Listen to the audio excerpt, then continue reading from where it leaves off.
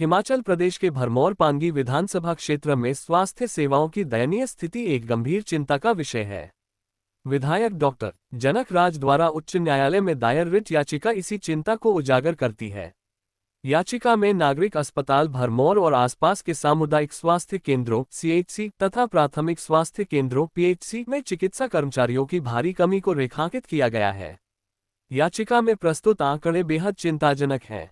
नागरिक अस्पताल भरमौर में 65 स्वीकृत पदों में से 35 रिक्त हैं। चिकित्सा अधिकारियों के 11 पदों में से केवल 2 पद भरे हुए हैं और वो भी हाल ही में। दंत शल्य चिकित्सक का पद 2021 से, मुख्य फार्मासिस्ट का पद 2016 से और कई अन्य महत्वपूर्ण पद वर्षों से रिक्त पड़े हैं। इसी तरह की स्थिति अन्य सीएचसी और पीएचसी में भी देखी गई है। ये स्थिति विशेष रूप से दूरस्थ और जनजातीय क्षेत्रों में रहने वाले लोगों के लिए जीवन के लिए खतरा बन सकती है। ये ध्यान रखना महत्वपूर्ण है कि भरमौर जिला चंबा का एक जनजातीय क्षेत्र है, जहां पहुंच और संचार की कमी पहले से ही एक चुनौती है। अत्यधिक मौसम की स्थिति और दुर्गम इलाके स्वास्थ्य सेवाओं तक पहुंच को और भी कठिन बनाते हैं। इस संदर्भ में चिकित्सा कर्मचारियों की कमी का असर अत्यधिक गंभीर है। हालांकि राज्य सरकार द्वारा प्रस्तुत जवाब आश्वस्त करने वाला नहीं है। उच्च न्यायालय ने इस मामले को गंभीरता से लिया है।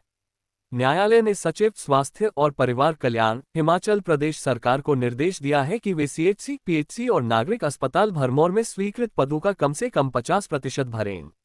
जहां केवल एक ही पद स्वीकृत है, वहां तत्काल नियुक्ति सुनिश्चित की जाए। ये न्यायिक हस्तक्षेप भरमौर पांगी क्षेत्र के निवासियों के लिए एक उम्मीद की किरण है।